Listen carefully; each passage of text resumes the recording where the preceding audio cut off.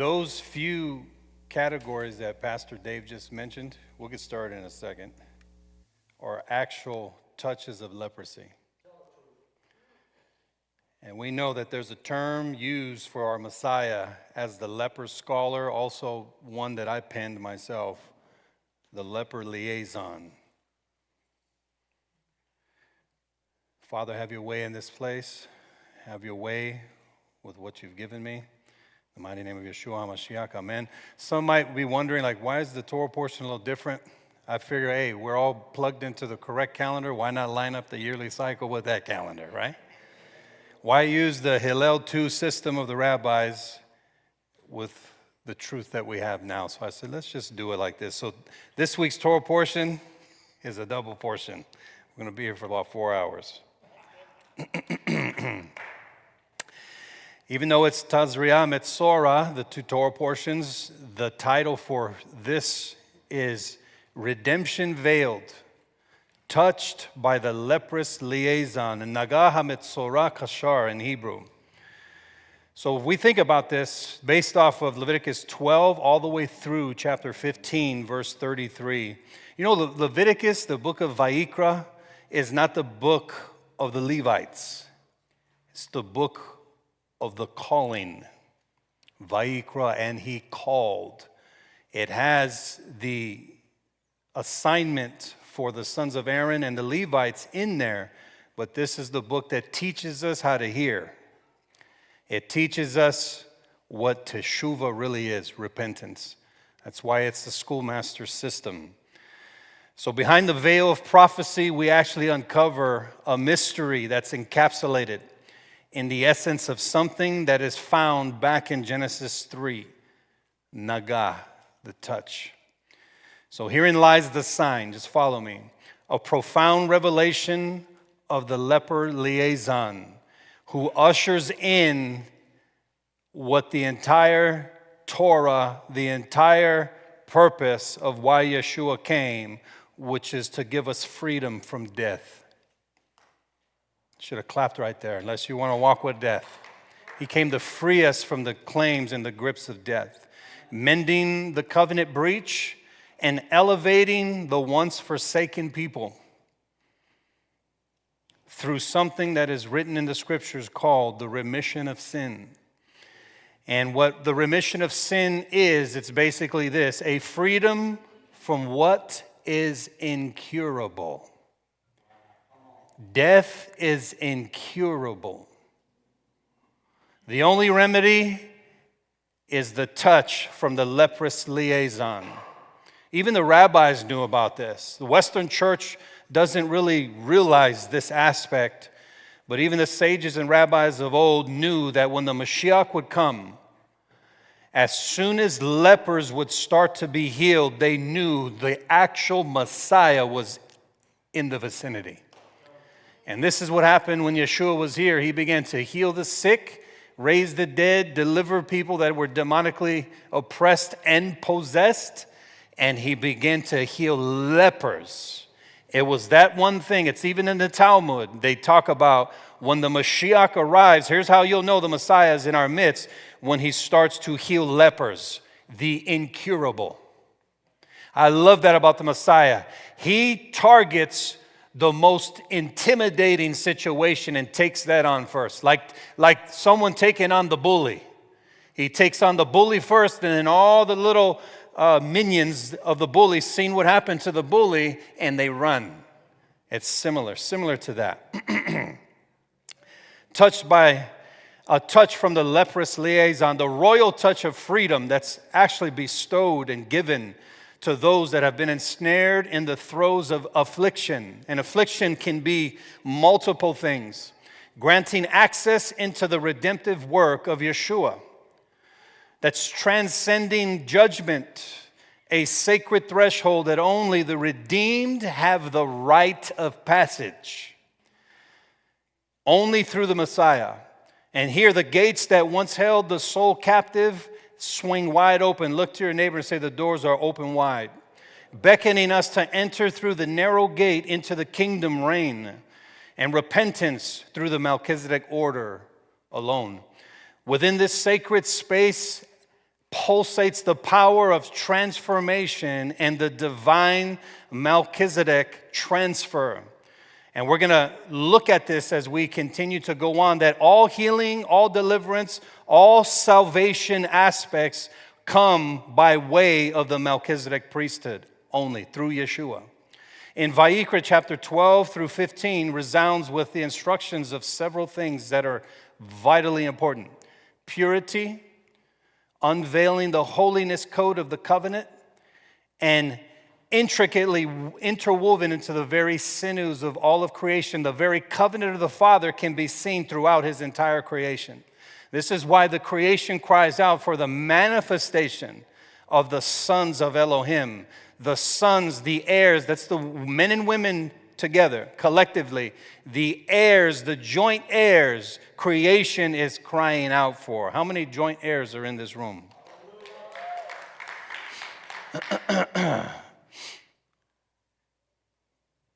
Look to your neighbor and say, I hope you have a voice today. Because this is something that I'm so stuck on the Our Father model. It's a pattern. It's the only model of prayer that is actually formed in a tabernacle system. The prayer is. And we should all be saying this: your kingdom come, your will be done on earth as it is in heaven. For this is not merely a statement that's spoken in the echoes of time past, but the celestial unfolding of the Melchizedek royal order, a divine decree that heralds the kingdom of heaven that's within us, a sacred presence indwelling within every true believer, igniting a symphony, an expression of frequency, if I could say that, of faith, belief, and righteousness that brings distinction between the sons of the kingdom from vagabonds. When we enter the verses from Genesis through Deuteronomy, these sacred scrolls, they actually weave an unwavering narrative of the kingdom concealed way back in the beginning. Every single word is like a vessel of creation. Every line is like a garment that is spun from the spiritual corridors of revelation, intricately crafted by the divine carpenter, the divine craftsman himself. Everything that our eyes can see, perceive, all that our hands can actually touch. Think about this. I was sharing this with my wife the other day. Everything we touch and everything we see, we're actually looking at something that his spoken word created. Everything. When you go and touch a tree, don't worship the trees, but when you go touch a tree, you're actually touching his word. When you look at your wife or your husband or your children, you're touching someone that has come forth because of his word. His word created everything. That means his word is touching everything around us. Just think about that. This blows my mind. Every one of them. Everything that our eyes perceive, all that our hands touch is a manifestation, a symphony of divine utterance. I truly believe that. And numerical mysteries embedded in them that transcend our mortal comprehension of things. If we look at Genesis, Exodus, Leviticus, Numbers, Deuteronomy, something I've mentioned in the past, each one of these books is dealing with words. Breshit, in the beginning, Elohim said. Shemot, Exodus, are names. Names are spoken. Vayikra, Leviticus, and he said. Bamidbar, Bamidaber is another phrase, in the place of words. Deuteronomy, Devarim, words. The Torah is about words. The scriptures are about words, and the redemptive plan of the Father to overcome the death touch of leprosy took the word to now come in the flesh. Our mouth is like an altar. Our tongue is the altar grate that kindles the fires of our sacred offerings, our words. In the scroll of Vayikra, this continues to echo with the resounding call of the Almighty to all of Israel. And I'm amplifying this. This is my amplified version. Come forth from the leprous nations and be cleansed. Sanctified unto the Melchizedek order where unmatched love, supreme dominion, divine authority, inexhaustible might and power, triumphant victory, and abundant favor and boundless power abound. This is the kingdom that we're a part of. It is matchless. There's no other kingdom in the entire universe that can compare to the Melchizedek order, the kingdom of heaven. You ought to give Abba a big hand clap. Right now, in this moment, like the ticking of prophecy's clock, heralds the culmination of an end-time scenario, which we all know about, entwined with the artificial intelligence touch. This is going to get very strange throughout this year going into our future. It's bearing the mark of cryptocurrency and the maelstrom of mayhem and madness that unfold via tariff wars in the natural, and that means they're happening in the spirit realms. And there's a worldwide civil war that's already happening on all the continents right now, all over the place. You guys notice that? This is a tariff war that initiated civil wars across all kinds of countries on every single continent. And the hour has struck. There's no longer, listen to what I'm saying here. This impacted me heavy. I was just looking at this one statement that I typed. There's no longer room for deceptive luxury of complacency. Please listen to me. What doesn't move builds up bacteria and waste. If you do not move, Jean was just sharing with me about her mom. She's 90 years old. She constantly moves. That's why she's rejuvenated. The same thing here is complacency is an impact of a leprous condition. So the time is now. Look to your neighbor, the time is now. Procrastination, listen, is a vile enemy to our lives. I don't know how much more passionate that I could say this, speaking to myself first to make sure I don't fall into this ever. Procrastination is a vile enemy to our lives. So don't wait. Do something. When? Right now. Choose wisely which order you shall allow to touch your spirit, your life, and your destiny. Tazria and Metzorah are the Torah portions about the nativity of the leprous one. That's what those two Torah portions, I don't think they should ever be separated because it's about we'll get to that in a second, but it's about these two aspects of things. And the question, whose altar bears your name? Inscribed in the corridors of all eternity. And to whom do you find your soul that is belovedly tethered to? Who? What blood, pure and eternal, cries out for you from the depths of heaven's altar throne? I'm going to answer this for us. What has so profoundly touched our lives? Our generational garments woven with the threads of memories, and your dwelling places, our dwelling places, filled with the echoes of genealogical decrees that might have been spoken over you. This entire inquiry rests upon one singular focus, and what is it that is spiritually attached to you and I is the focus. What has attached itself to my life? And if it shouldn't be there, how did it come in? And how do we get rid of it? So let us awaken to the revelation of our kingdom. I'm going to keep saying this. I've been shouting this for years and years now. We are part of a royal lineage. We are part of a royal kingdom.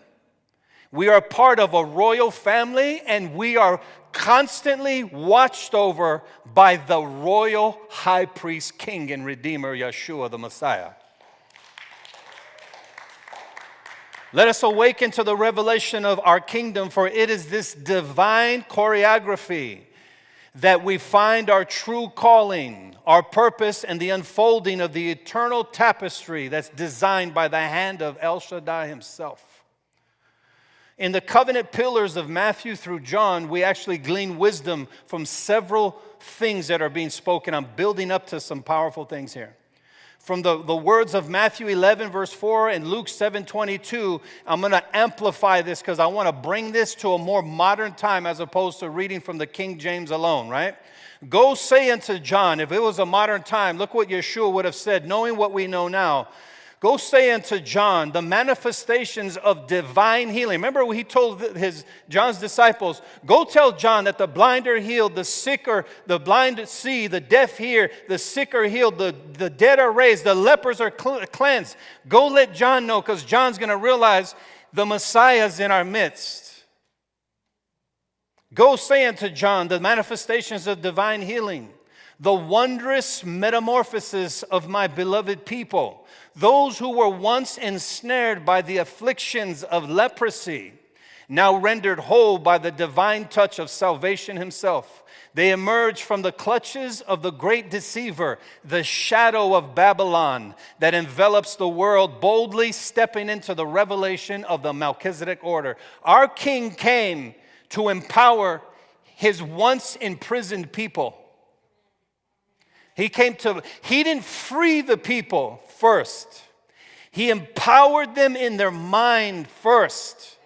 Because when the mind is set free, the body's going to follow. Why? Your physical body's the servant to your redeemed mindset. So if we can't, and I'm going to tell you, this is the problem. I don't want to veer away, but within the Messianic Hebrew Roots movement, collectively, this is why I get so frustrated. Where's the power of the Ruach HaKodesh in your life? Yeshua came and rose, and we returned to covenant relationship, but just sticking with the Torah without demonstrating the Torah in the nations, you're nothing but a Pharisee. Where's the power? How come you can't lay hands on the sick? How come you can't speak a prophetic word? How come you can't speak with a new tongue? How come we cannot walk in the true covenant power of our King, who has given us the very essence of his Father, his Spirit? We're coming to the days where you might not have a Bible and you're going to have to recall like a computer what the written word says.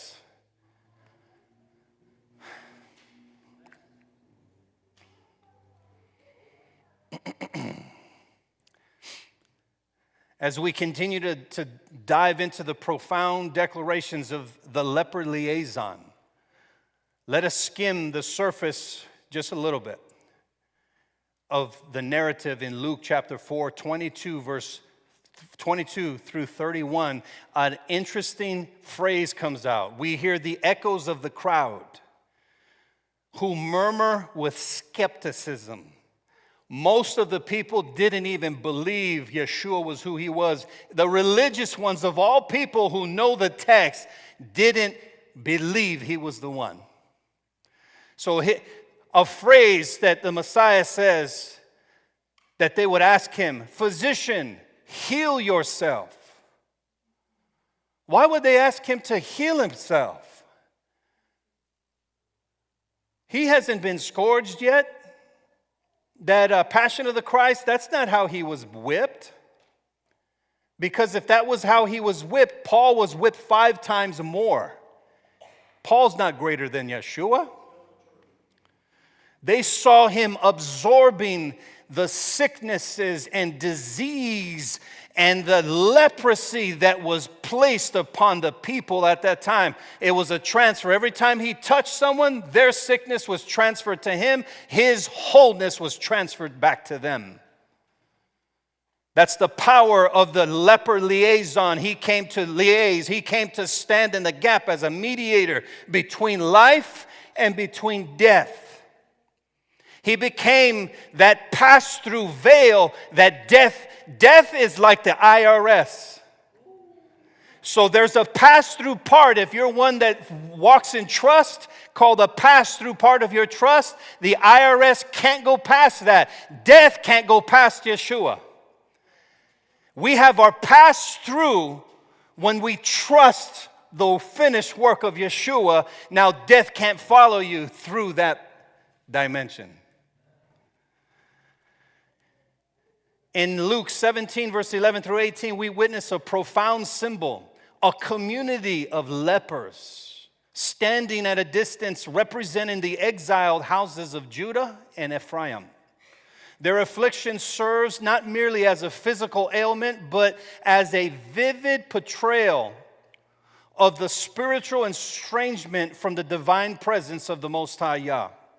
They linger in a leprous state of being, reminiscent of the historical banishment from the presence of the Mashiach, yearning for cleansing and redemption. I'm sure the lepers in that community were screaming out for healing. In this one moment, we can actually visualize the two birds in this week's double portion, Tazria Metzorah. Two birds, one a life surrendered in sacrifice, the other soaring over the nation, heaven-bound, bearing the crimson testimony of salvation. Such imagery compels us to reflect on the dual pathways of death and resurrection, despair and hope. One bird was drenched in the blood of the slaughtered one. And as it flapped its wings around the nation, the blood was being sprinkled over the people. So you can read it in Leviticus.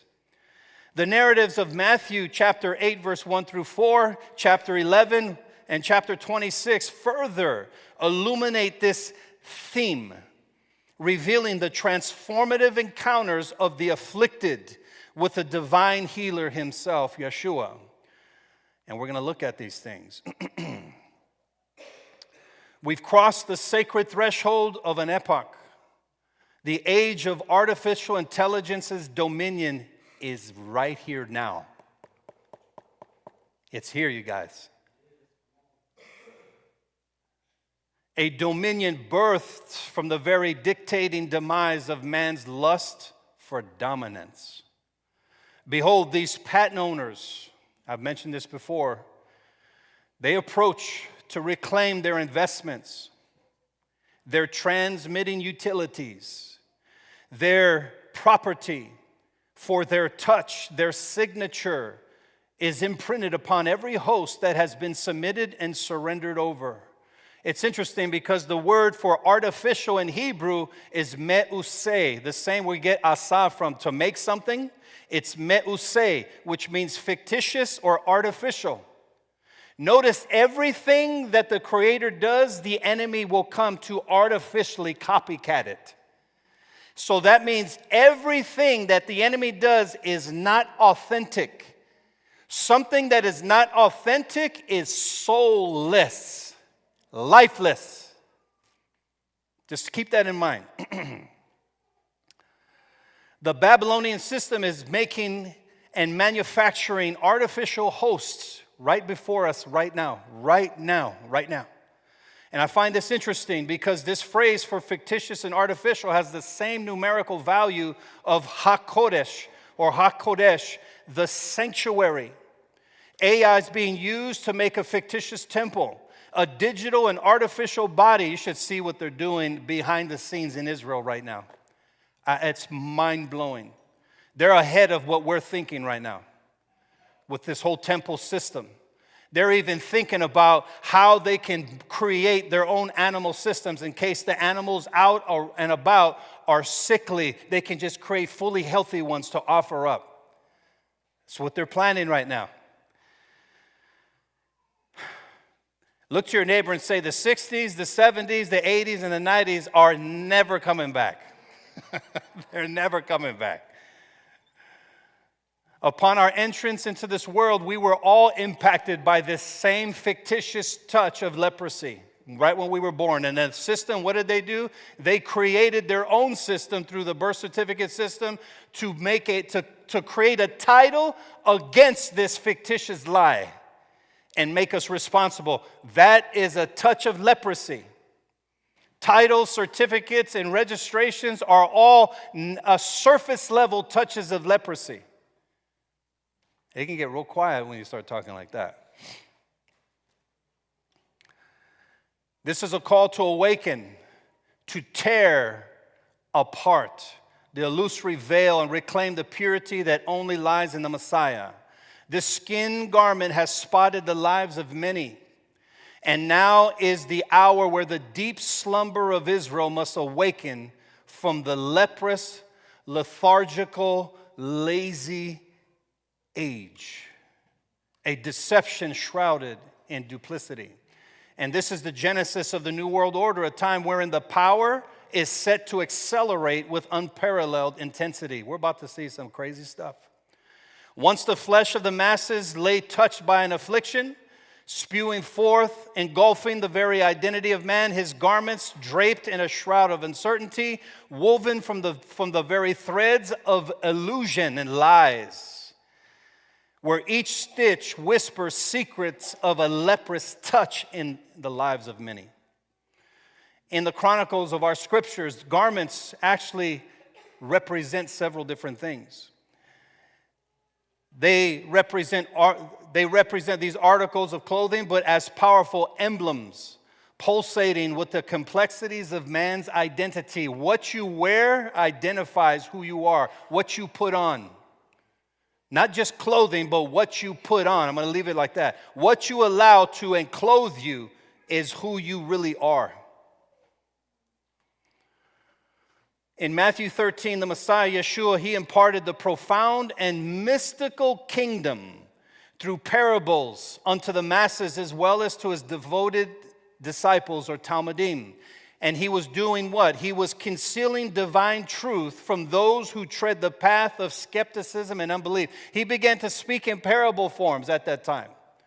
And we could read the parables and be like, oh yeah, I know what he's talking about there. But there's so much more to the parables. When he spoke a parable, he was speaking truth veiled behind the enigmatic language, so that the masses that didn't believe would not capture the treasures of the kingdom that he was communicating.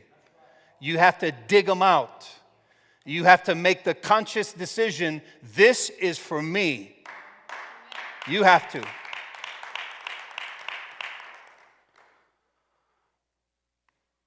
This parabolic language is a divine art. It really is. A divine method of instruction wherein eternal truths are veiled, beckoning the seekers to dive deep into the well springs of this wisdom. And in its essence, the parabolic teaching serves as an actual mirror, revealing the spiritual leprosy that festers among the people of Elohim. If you don't get the parable, you just might be in a leprous condition.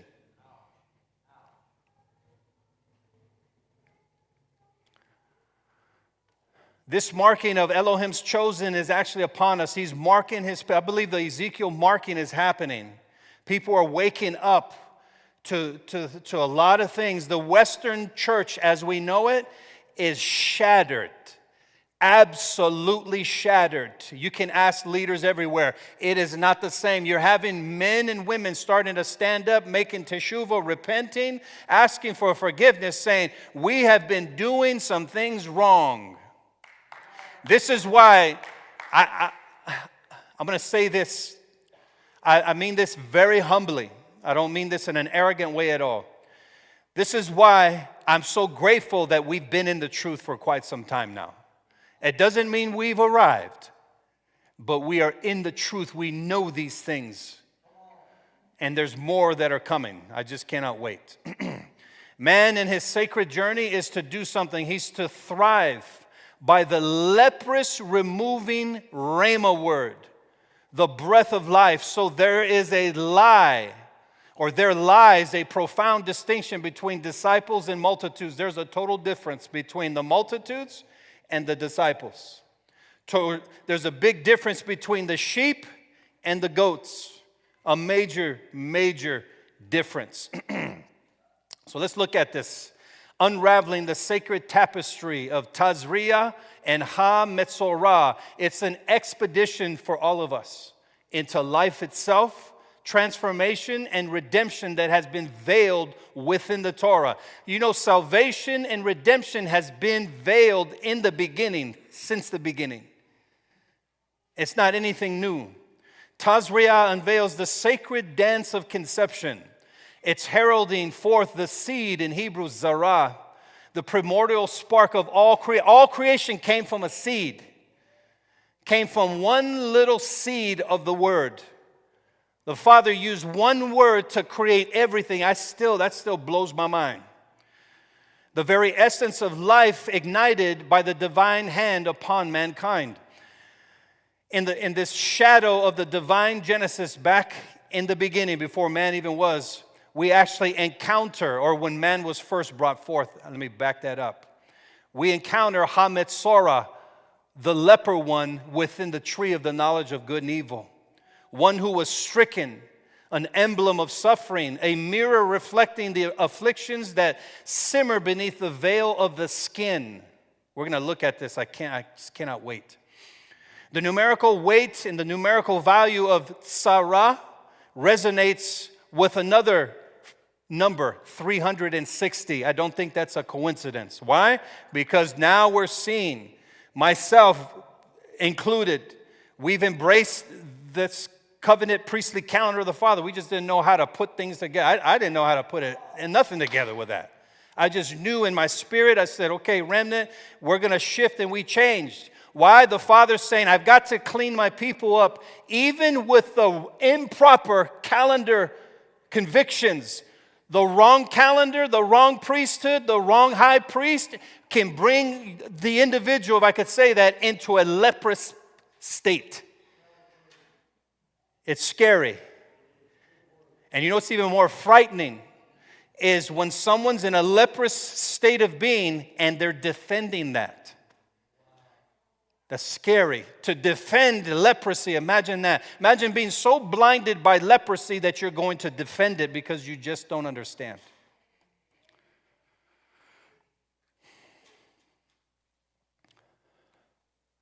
Leprosy, it appears, has entrenched itself in more facets of all reality right now than what we even imagine. This affliction transcends mere physicality.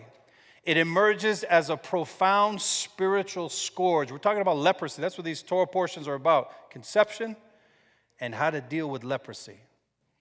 That lays bare the innermost fissures of the soul of man, exposing man's profound vulnerabilities. That's what leprosy will do as well. It will expose the vulnerabilities that are in the life of the one that has been afflicted. The Metzorah serves as an intricate mirror, compelling us to confront the hidden ailments of life: hurts, abandonment, rejection, lack of, and I say this lightly, lack of self-esteem, having a sense of being wanted. Those are all profound scourges.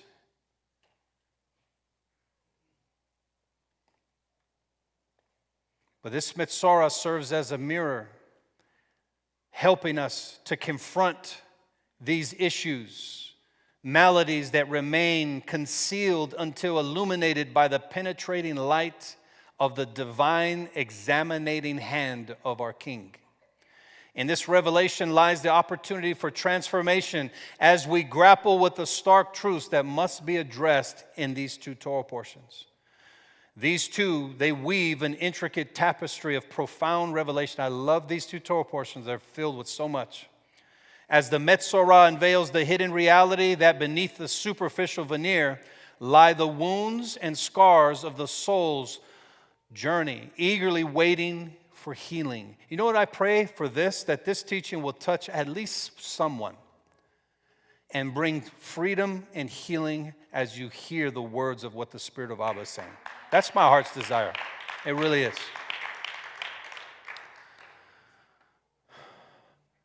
Imagine how awe-inspiring it is to discover that the leprous one, the Metzorah, bears also the same, listen to this, this is mind-blowing for me, bears the same numerical value as Yom HaKippurim. So the leprous one has the same numerical value of the day of the Hebrew word for the Day of Atonement. That lets us know that in the midst of this mystery, even within the numerical system that no one can, you can go and misinterpret something that's written, but you can't misinterpret the numbers. So that lets me know that the only one that can stand at the precipice of the day of great judgment is the one who absorbed mankind's leprous condition. That's why only through the Melchizedek order can atonement be obtained. I want us to really grasp this, because I have questions for the throne of heaven right now. Is how do we keep the Day of Atonement now that we're in the Messiah, Yeshua? How are we supposed to do it now? Are we supposed to accept the priesthood and the atoning power and work of Messiah and then go back to these rabbinic rehearsals? Or are we supposed to be celebrating and letting people know the Day of Atonement has come for us? It will materialize for all of Israel collectively in the future. But now on the Day of Atonement, I don't need to mourn. I don't need to do a rabbinic fast. That's nowhere in the first 5 books of the Bible. The word for fasting is not found one time. Or what's the afflicting of the soul? Grab a hold of the seat of the Melchizedek order, and I guarantee you your soul will be afflicted if you're holding on to the Levitical hierarchy.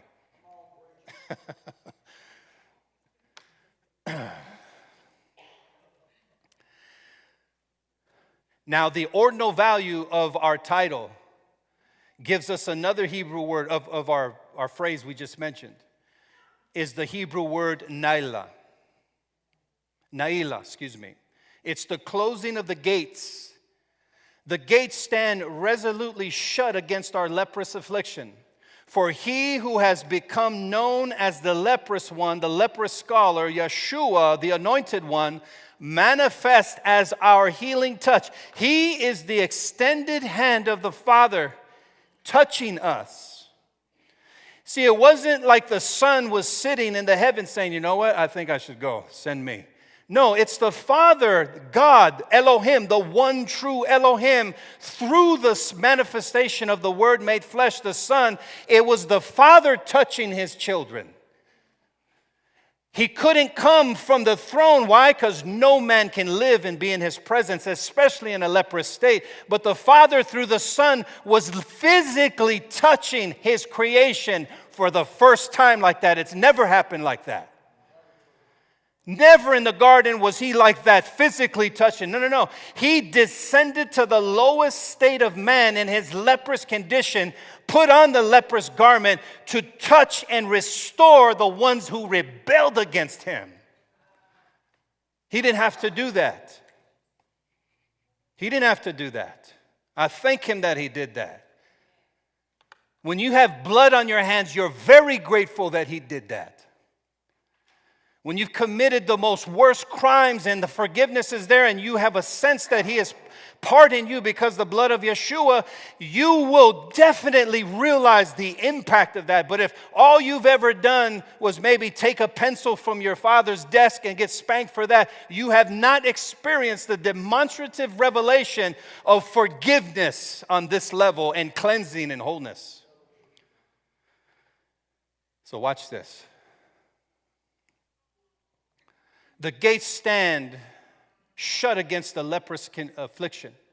For he who has become known as the leprous one, the leprous scholar, Yeshua, the anointed one, manifests our healing touch, our advocate, our substitution in the face of leprosy and despair. Yet the Na'ilah gates embody also the concept of shoes and sandals. It serves as a metaphorical summons to cast off the burdens we have long carried. And here's an intriguing thought that popped in my mind several days ago. that the word for sandals is etymologically related to the word for sundial. Sandals, sundial. They're in the same family, etymological English Babylonian language word.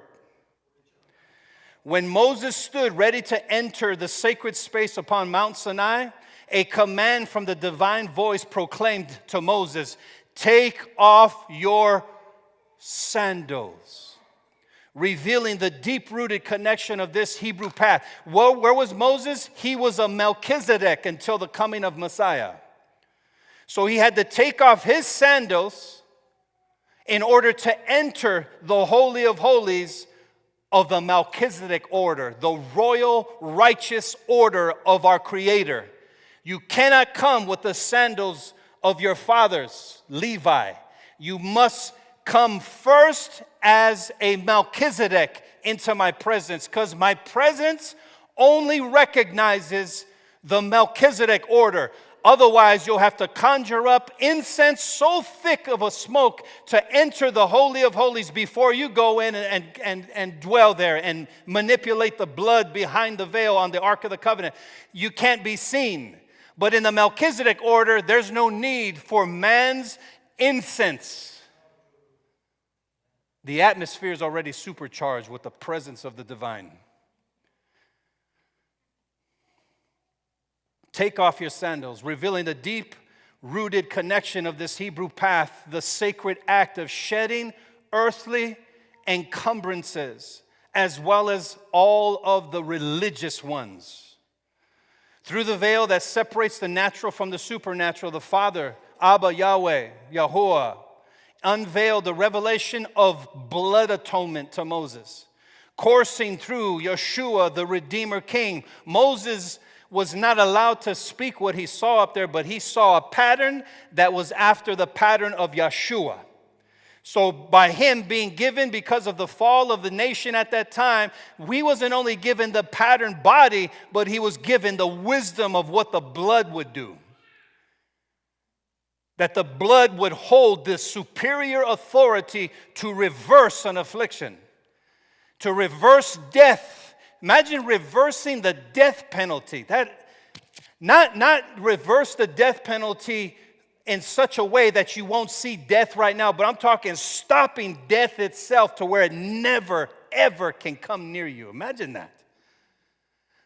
Death is a more powerful entity than Satan, in my opinion. Why? Because death in 1 Corinthians 15:26, it says, the last enemy to be brought under the feet of Yeshua is not Satan, is not Azazel, is not some fallen watcher. It is the entity called death. That's the last enemy. Why? That's the only enemy that is almost, listen to what I'm saying, almost omnipresent. Almost. Death is everywhere. It's a shadowing enemy of life. The garment of death is choshek. That's death's garment, is darkness. Not the darkness that the Creator says he dwells in, thick darkness. No, this is a demonic thing.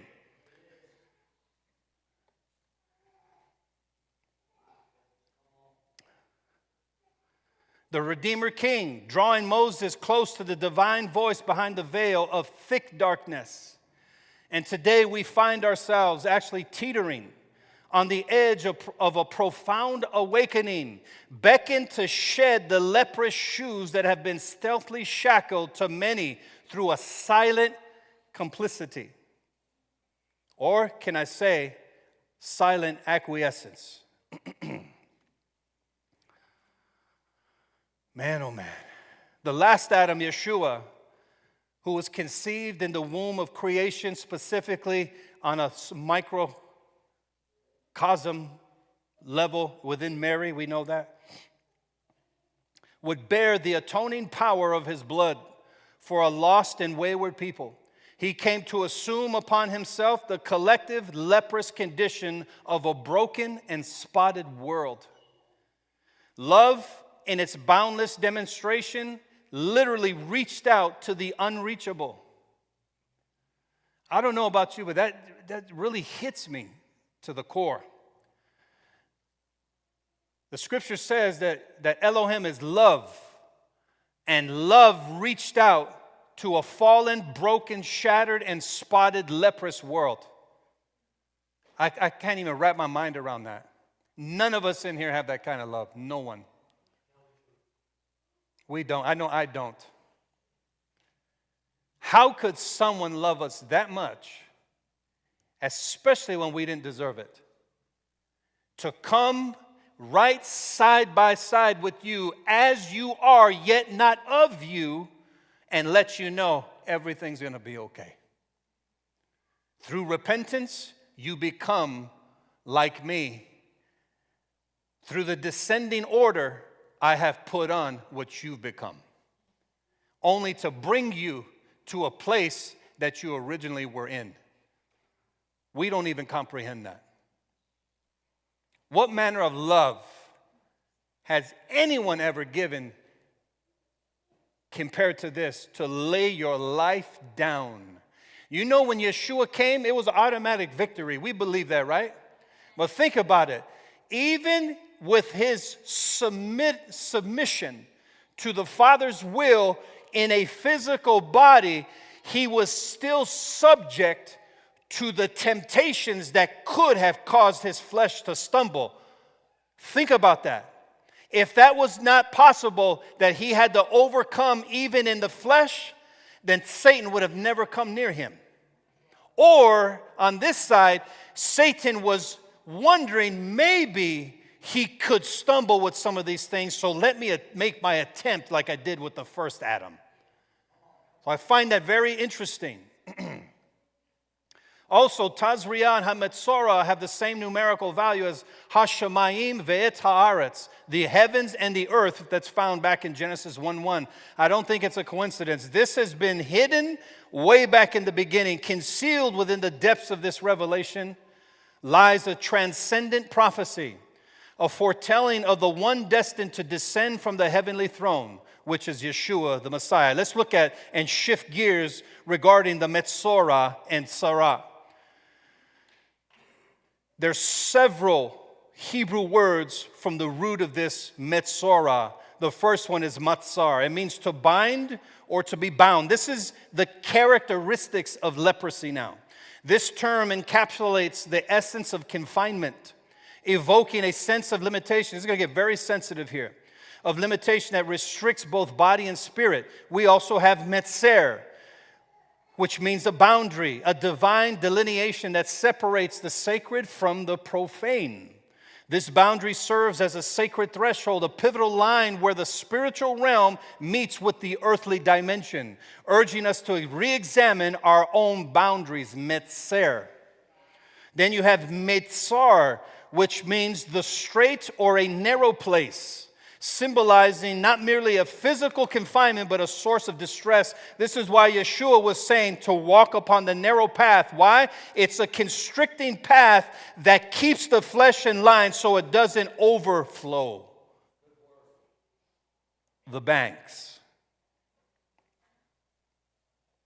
Together, these reflections converge into a singular notion of restricted movement. They reveal a haunting confinement of both spirit and flesh at the same time. The Hebrew letter mem as a prefix unveils an image of man that is shackled and burdened, a weary traveler bearing the weight of Mitzrayim, the heavy burdens of the world upon his shoulders. Mitzrayim, the word Egypt, contains the same words, the same root here. The same related, it's not the root, the same related word, matzar. The root is sarah. I think that's interesting, and I don't think that's a coincidence. Continuing on with leprosy, let's look at this as we delve deeply into this sacred, these permutations of this word with these Hebrew letters. We're going to uncover some powerful things as well. Watch this. Sarah is actually leprosy. To become leprous. It's a blight upon the spirit seen in the flesh, a chilling reminder of man's fragility. Ratzah means to pierce. These are permutations of the word, just moving the Hebrew letters around. It means to pierce through the ear, to penetrate the flesh. How many people have leprosy in their ears? The only antidote to remove leprosy from the ears is to embrace Shema. Because when you embrace Shema, when he shamas, that means I am here, you have nothing to fear. Because you've Shema. Ra'atz means to smash, shatter. Then you have eretz, which means a power or a force, a cause to tremble. It casts a long shadow, instilling the unnerving specter of fear. Then there's atzar, which means to arrest, to press, to squeeze. Tsa'arat, a manifestation of affliction that transcends mere physicality. Now, if we were to read through these two Torah portions, we're going to see something powerful. You could literally, each one of them can be a long teaching because of the revelation. It's containing the revelation of man's entire journey here on the earth and his frailty because of the fall. So let me move ahead here. Oh, man.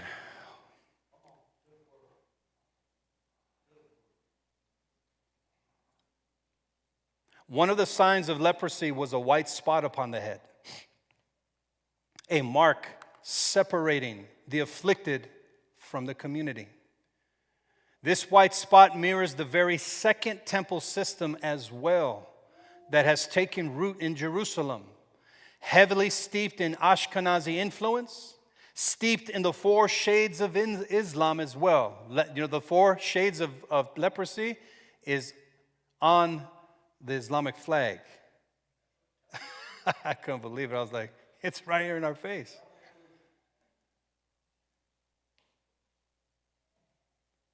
This is a leprous Esau.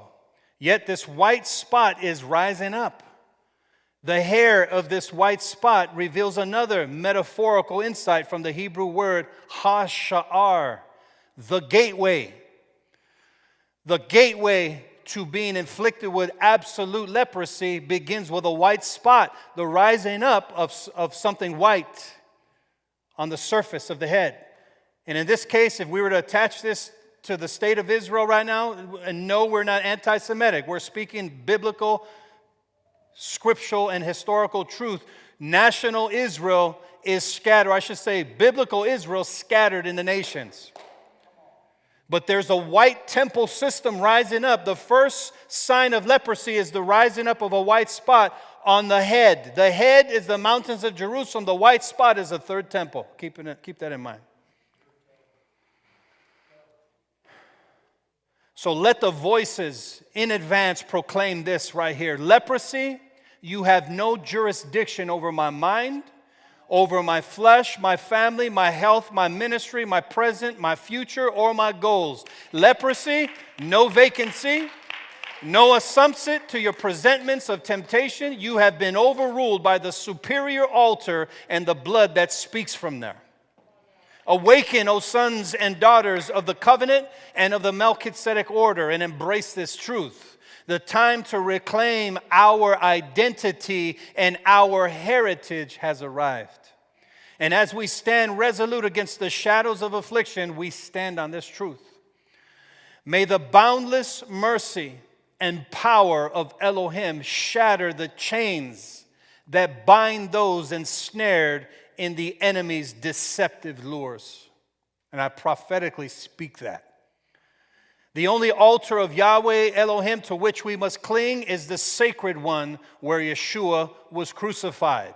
Indeed, the pivotal point that transformed the very essence of sacrifice itself. His sacrifice metamorphosized the entire sacrificial system to where even the animals work. Let me back. I'm getting like fired up here. Who told you guys that goats understood Hebrew? Okay, we're going to wrap this red sash around your horn. The other one's on the door. We just cannot wait till you are totally obliterated. Okay? Now head out into the wilderness, and you know what? You're going to be eaten by beasts. Whatever you do, don't come back. Who told the goat to stay in the wilderness? Who told the goat, go ahead and go, mijo, get on, go? How could the goat comprehend to return back to Jerusalem? What did Azazel say? You know what? The Lamb of God has come. I don't need you anymore. He defeated me. Head on back where you came from. Get the heck out of here. Who told the goat?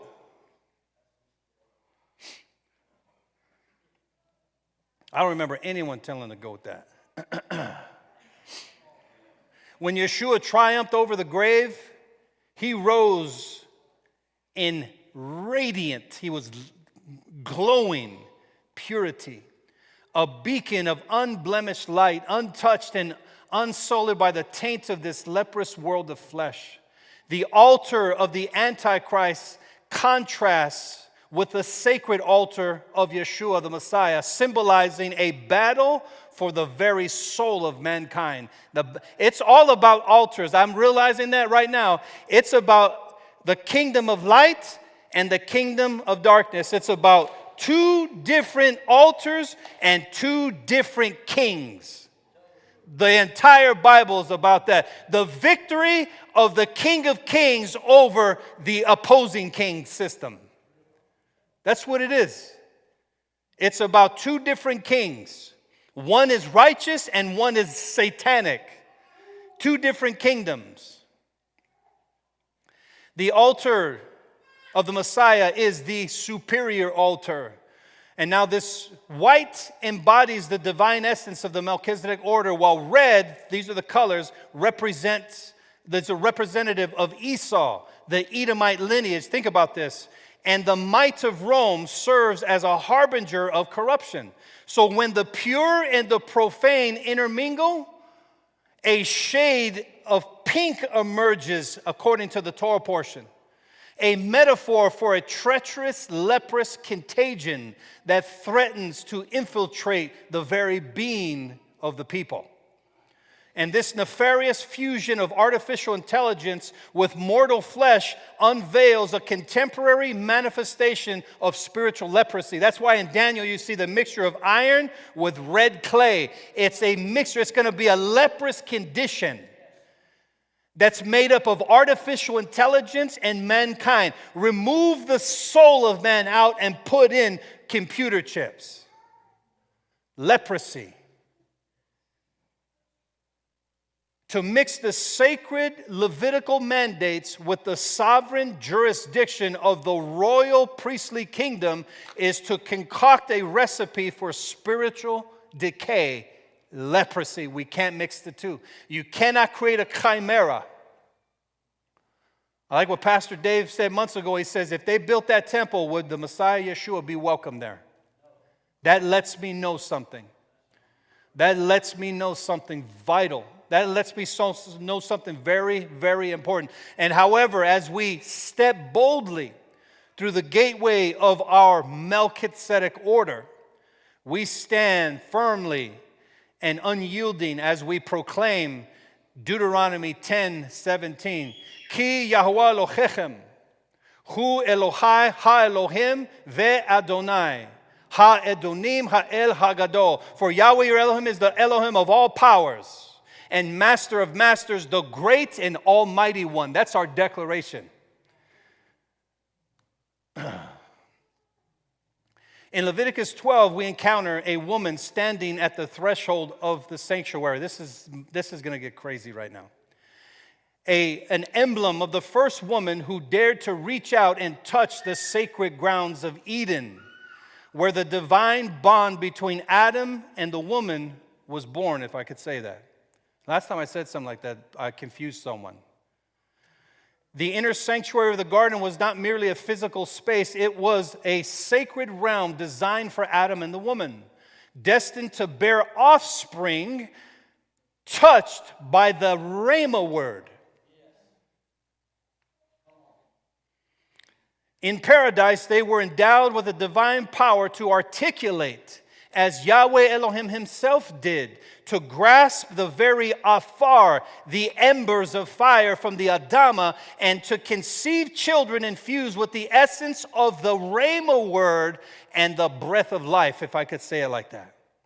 Yeshua declared, man shall not live by bread alone, but by every word that proceeds out of my Father's mouth. By every word, that word, he's saying, you're not just going to live off of bread alone. You will live and thrive off of the Rhema word of my Father, the revelatory word, the word that comes from eternity and pays a visit in the natural. For within the depths of words lies the infinite force of creation, a realm where the spoken can transform the tangible and the sacred can shape reality itself. The power of words. The power of words. Envision this if you can. The woman portrayed in Parshat Tazria, a woman who, through the divine power of Yahweh, bore new life and navigated the profound journey of sacred purification. And remember, the woman afflicted with the issue of blood for 12 years, same thing.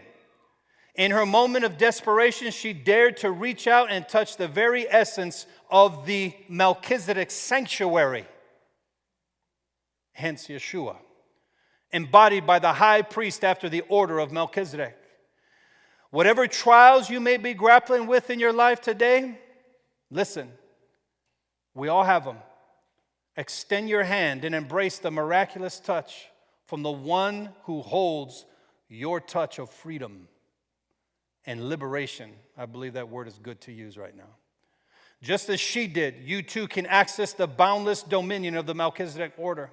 Her act of faith did not result in her own healing, but reverberated throughout the history of scriptural revelation. She still goes down in history as one who received by a touch power from the Messiah himself, virtue, life.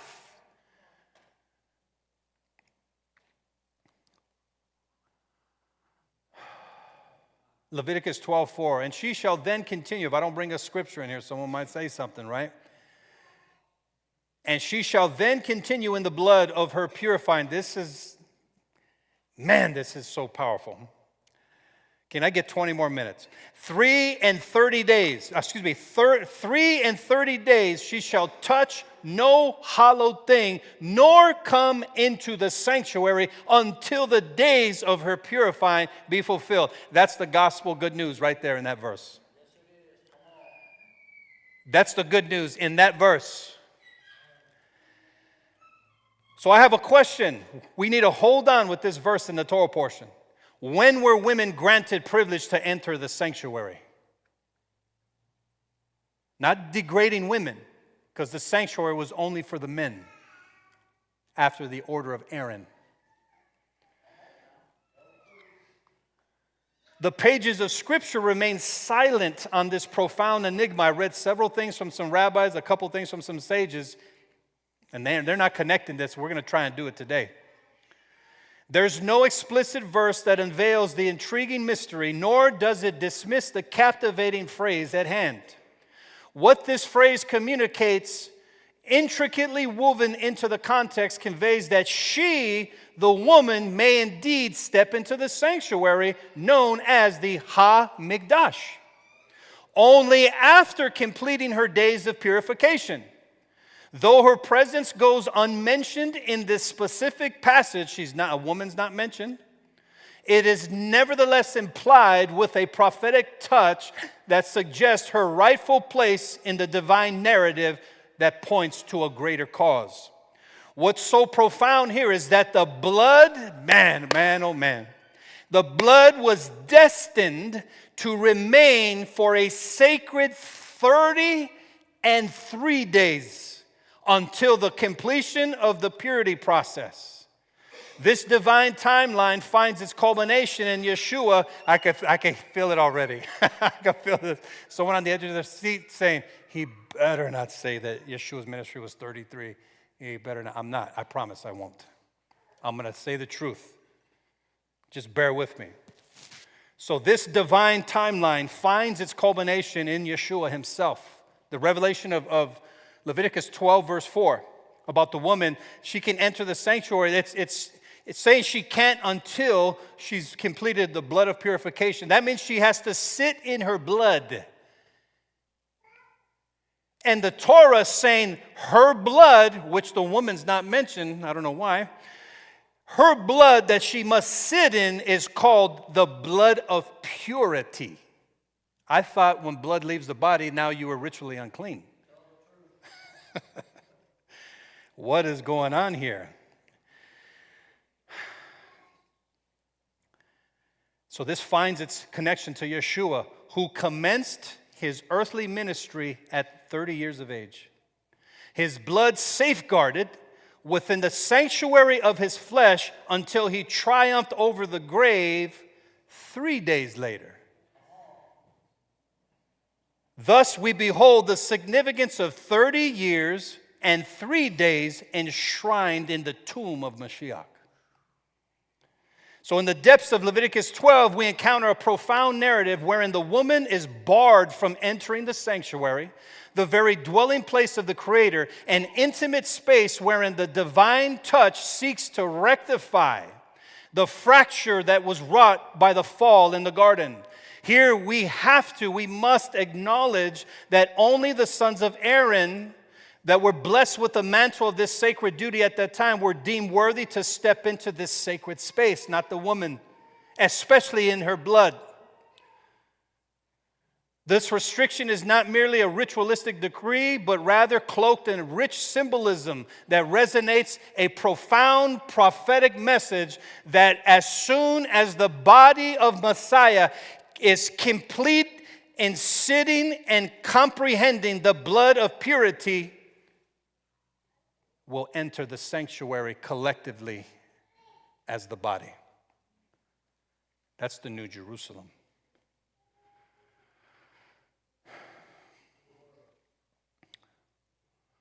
What is this blood from the son who is 30 conveyed to the mother from below, which is the fallen Jerusalem? That's who needs to sit in the blood. The Jerusalem from below, Paul's profoundly teaching deep wisdom. He's saying the Jerusalem from below is Hagar, the estranged one. The Jerusalem from above is the mother of us all. And then Revelation says that the wife of Yeshua is the new Jerusalem from above. To be a part of that, we have got to sit in the blood of purity in order to transcend into the next step, which is the sanctuary. I hope that makes sense. She must embrace this blood of purity, for she bore the Messiah ben Yosef, the embodiment of heavenly holiness. The ecclesia, the called out ones, Israel, must heed the voice of the blood that speaks and declares the Melchizedek dominion here on the earth. This is why I laugh now, not in pride or arrogance, but I laugh because of ignorance. When someone says, let me prove to you that the Melchizedek priesthood is disqualified and illegal from operating here on the earth, just read Hebrews chapter 8, verse 4. That's the silver bullet. It says that him being of another priesthood had no authority to officiate as a priest here on the earth, being that there were other priests. What the writer of Hebrews is saying is Yeshua he cannot officiate on the earth as high priest after the order of Aaron. But after the order of Melchizedek, the inference is embedded in the chapters just before. He has authority to officiate as priest here on the earth and in the heavens. And that's why he did what he did on the earth. If he was disqualified from operating as high priest on the earth, he would have never been crucified here on the earth then. Let all his blood be taken to the heavens, not one drop touch anywhere. Paul spoke about the Jerusalem above, which is the mother of us all in Galatians 4. In Revelation, we see the Jerusalem descending out of heaven, adorned as a bride. The Hagar below is the Jerusalem right now. Right now, April 19, 2025, the Jerusalem below is this one here, who is in a place of ritual impurity as we speak, no matter how many lambs, heifers, this system sacrifices. This religious system we see right now is keeping Jerusalem in a nidah state, separated from the revelation of the blood of the Son, who finished his earthly ministry at 30 years of age after rising from the dead 3 days later. There's your 30 and 3. In 1948, when Israel was declared as the state of Israel, the phrase was actually incomplete. I've shared this before. It should have been stated as this: the state of Israel is ritually unclean until the blood of the Son is no longer veiled behind leprous walls of a religious temple institute and Aaronic hierarchy. I don't get any friends for that one out there. Chapter 13. We have the process of quarantine for the spreading of leprosy. This leprosy is the progeny of Satan. The skin, that sacred covering, is the very essence with which Adam and Chava invested in by acquiescence and soon following, clothed in. This skin represents the bitter fruits of the fall, a canvas forever vulnerable to the touch of words, the dark sayings, the serpent's cunning lies. The manner in which the Nachash ensnared the woman from the beginning mirrors the insidious progression of the 4 leprous stages, a pattern both revealing the prophetic and powerful revelations of our end times. The affliction in Hebrew is ha-negah. It was birthed through the conduit of words in the very heart of Genesis 3. In this pivotal chapter, the term for skin stands as the sole fragment of mankind that endures the touch or the affliction of the Nachash. The skin, a testament to the original adhesion contract forged with the serpent. Adhesion speaks of a voluntary attachment, a tether to the darkened path of trafficking. When these adhesion contracts are annulled, then the manifestation of freedom, Jubilee, bursts forth as a symphony across creation itself. Now, I find this interesting, that leprosy only touches the ore, the skin. Nowhere do you see a Hebrew word for your flesh, basar. Why? Because the good news is not subject to the touch of leprosy. When you hear men misrepresenting what is written, it's not that that's corrupted. They are. They're leprous in their speech. Remember that. Afflictions in the flesh are not mere happenstance in this situation. They carry within them the ingredients that usher forth the greatest of all challenges. These generational bloodlines are the sanctuaries to the touch of all afflictions. The Torah, in its profound wisdom, never ever explicitly reveals, the origins of these 3 mystical levels, se'et, sapachat, becheret. The rising up of a scab on the skin,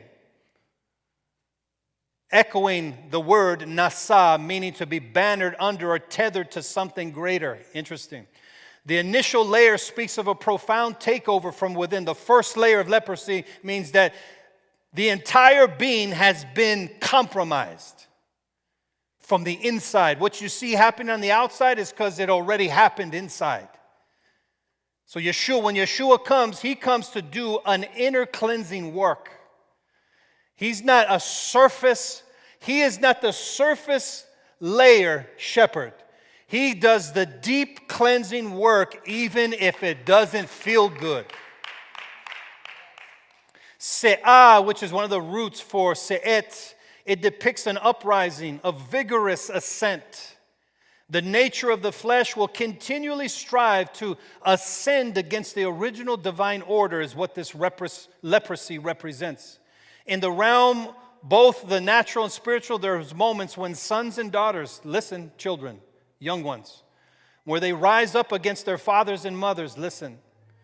This marks the nascent stages of a leprous condition that will only escalate into greater affliction if not corrected. Sons and daughters, listen. Your blessing doesn't come from your mother. Your blessing is in the mouth of your father. I hope you're hearing what I'm saying. The Father, men, we have a matchless mandate and authority given to us to bless our children, to speak a blessing over our family. And when those words are spoken, those words are secured as treasures in the heavenlies and stand. What the Father has blessed, no one can curse.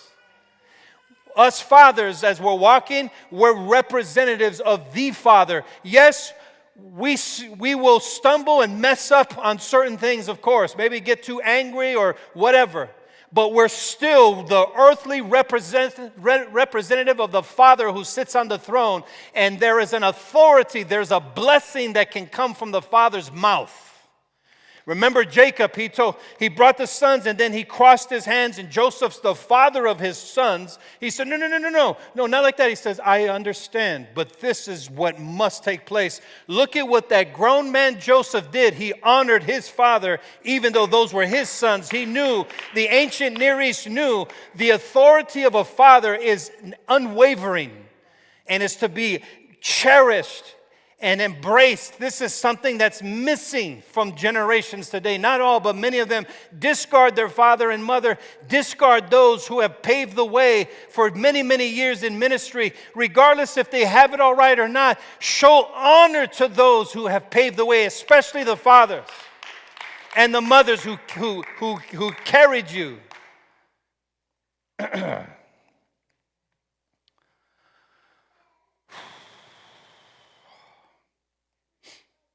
I want to ask, who are you attached to? The word sapacha communicates a deeper reality, one that illustrates the intimate bond we share with that which we choose to embrace. Look at these principles and characteristics of this leprous condition, what it can teach us. Are you entwined in a leprous environment right now? Mired in decay and despair, or are you resolutely anchored in the kingdom of heaven? We bear witness to the state of existence today where some rise like unsightly scabs seeking to drag others down their treacherous pathways of isolation. A pathway, the scripture says this, a man who isolates himself seeks his own. That don't mean you don't get away to seek the face of the Father or spend some time, but it's a man who wants to constantly isolate himself and not be around the community. Those are ones we must question. Why is the body fractured and not unified in the Messiah?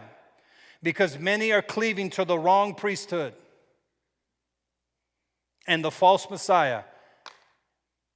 If we don't embrace who Yeshua is, then what we're doing is we're accepting the false one.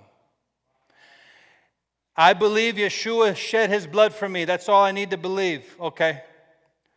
And now when they come up with this priest system over here, why are you going to support that?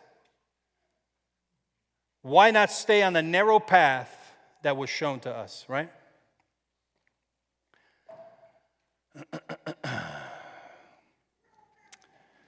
I don't even know how far to go here.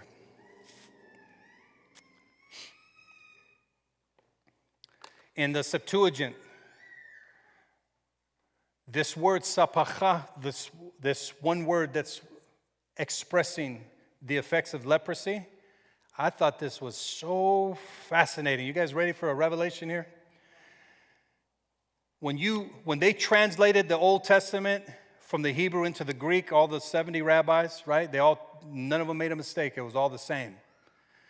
One of the words used in the Septuagint for sapacha is the word prostithime, found in Galatians 3:19 for the added appendage of the law. What part of the law? The sacrificial system was, in a sense, notice the different shades covering the tabernacle. The sacrificial system was evidence. I'm going to use my words as wisely as I can. Was evidence that the nation was in a leprous condition. I don't think it's a coincidence. They could have used some other word. Why that one? Sapacha is not something added, it's something risen up. But prostissime means something added that's not supposed to be there to help assist you. Leprosy doesn't assist you. So I find it interesting they use this word to be translated as an added appendage, like the sacrificial system was added because of the transgression of what? The golden calf system.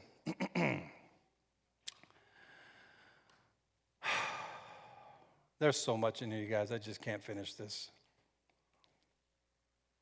Leviticus 13, verse 3, 4, and 5. And the priest shall look on the plague in the skin of the flesh, and when the hair in the plague is turned white, and the plague in sight be deeper than the skin of his flesh. Notice two different words, skin and flesh. It is a plague of leprosy, and the priest shall look on him and pronounce him unclean. If the bright spot be white in the skin of his flesh, and in the sight not deeper than the skin, and the hair thereof be not turned white. See how exciting this Torah portion is? It's like, who wants to read this? Let's just skip this. But there's so much revelation here if we take the time to dig in it, I promise. And the hair thereof be not turned white, then the priest shall shut him up. Sometimes we just need to shut up. Would you guys agree with that? So when their leader tells you, no, just be quiet for a minute. Don't get offended and let that leprosy manifest even worse. Look at some of you looking like this. And the priest shall shut him up. Sometimes you got to shut them up. It's for their own good. I'm not coming back to Shabbat anymore. Okay, you go do your own personal quarantine then and come back when you're cleaned up. Verse 5, and the priest shall look on him the seventh day. We're going to give you one whole week there, buddy. And behold, if the plague is in his sight, be at a stay, and the plague spread not in the skin, then the priest shall shut him up again for another 7 days. So, I'm telling you, as a leader, it can get hard because you're trying to help someone, but they think it's opposition or something else, and they don't realize there's something we see that you can't see right now. Just shut up, okay? Someone said, say shut up again.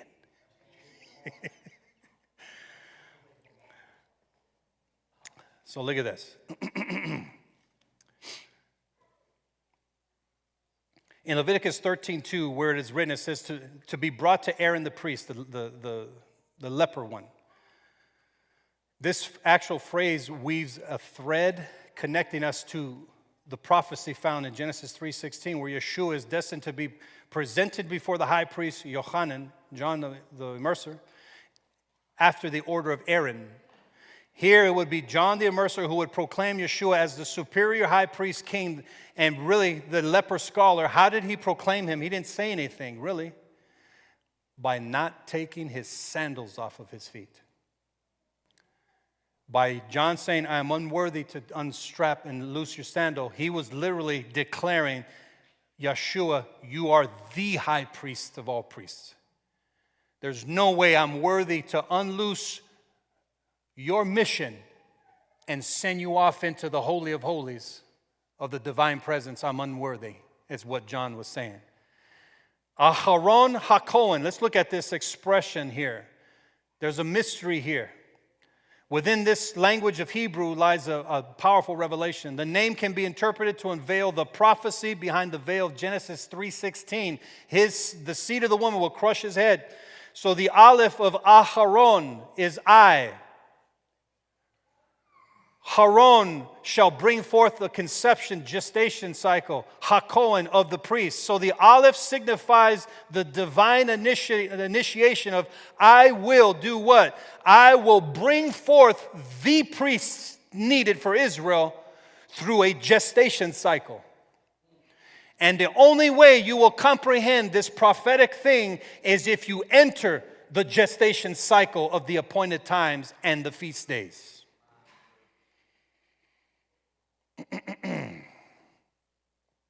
The scripture says that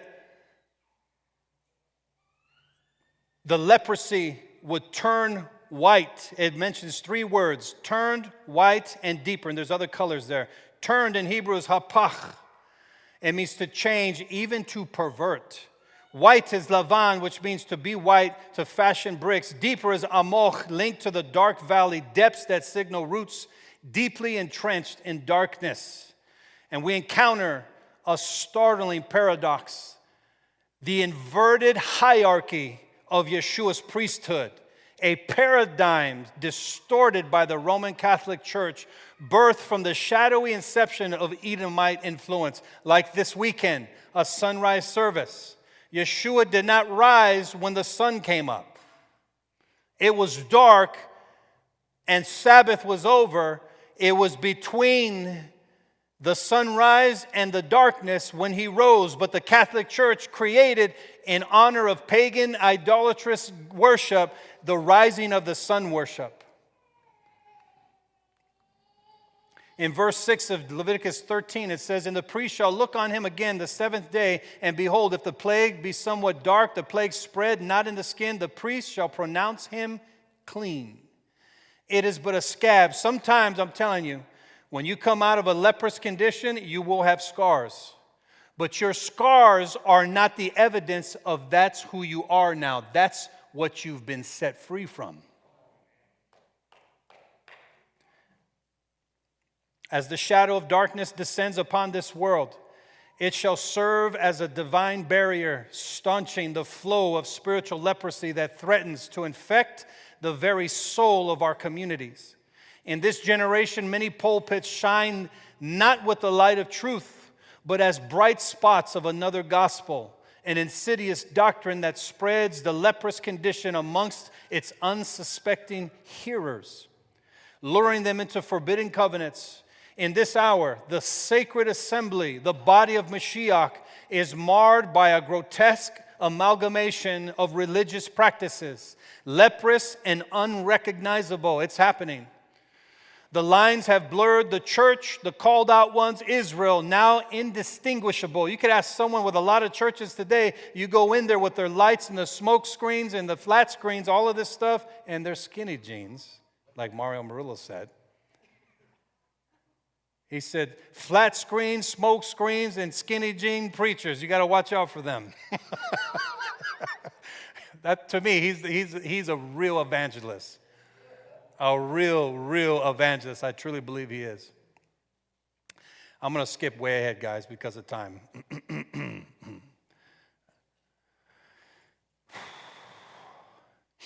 In the prophetic words, the last couple slides, spoken by the Son of Man, Yeshua, the scriptures say this: He healed others. Brings me to tears every time. Abba, give me strength just to read it. He healed others, but chose not to heal himself.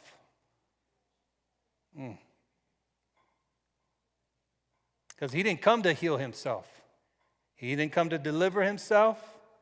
He came selfless. He came to heal us. He came to deliver us. He came to save us. Physician, heal yourself. For as he was raised upon the altar, the crucifixion site, this marked by the wounds of man's sin, so were we. You said something earlier. As he was crucified and died, we did too. Someone said that. Who was that? It's the truth. We're declared clean through his atoning work. The Messiah, the embodiment of Yahweh's word, bore our afflictions, our fear, our very essence of sickness. The woman in her grasp wove a garment of the touch. In Hebrews chapter 4, verse 14, it says this: See then that we have a great high priest that is passed into the heavens, Yeshua, the Son of Elohim. Let us hold fast our confession, our covenant, for we have not a high priest which cannot be touched with the feelings of our infirmities, our leprosy, but was in all points tempted like as we are, yet without sin. Let us therefore come boldly unto the throne of grace, that we may obtain mercy and find grace to help in a time of need. 2 Corinthians 5:17. Therefore, if any man be in Messiah, he is a new creature. Look to your neighbor and say, I'm brand new. Say, I'm not what I was 5 minutes ago.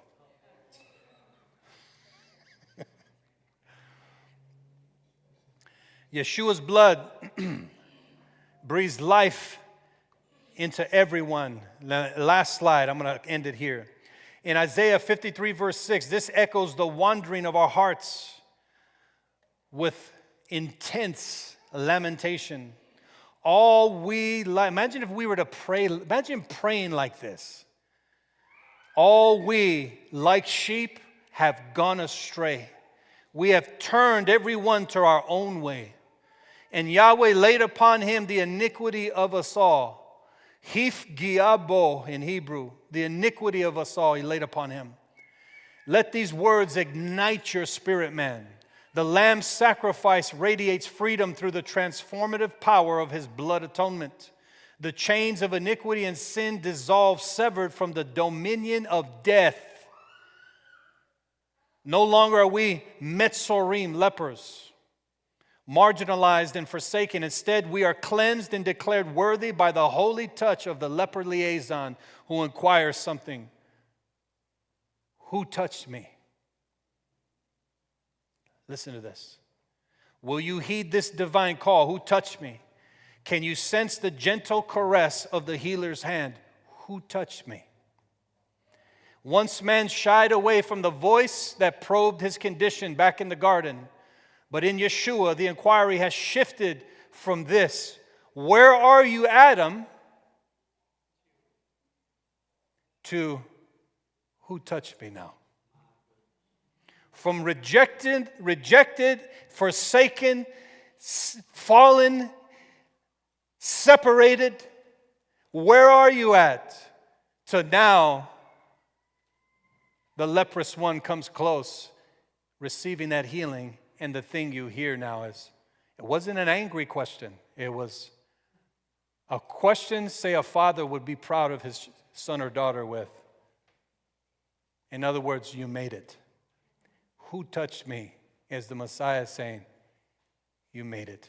Look to your neighbor and say, I'm going to make it. Say, I'm not going to give up. I'm not quitting. I'm not quitting. Say it, I'm not quitting. Contemplate this profound connection of Hif Giabo, upon him the iniquity of us all, is what that's referencing. The numerical value is the same for Gan Eden, the Garden of Eden. The hour draws near when the sacred Sulam, the Garden of Eden, shall emerge from behind the veil of the voice. And we shall once more walk with our Creator, purified, whole, crowned, and restored. Come, accept your place at the table of the Master Yahweh, Yeshua HaMashiach, our King. He's been waiting for you. Shabbat Shalom.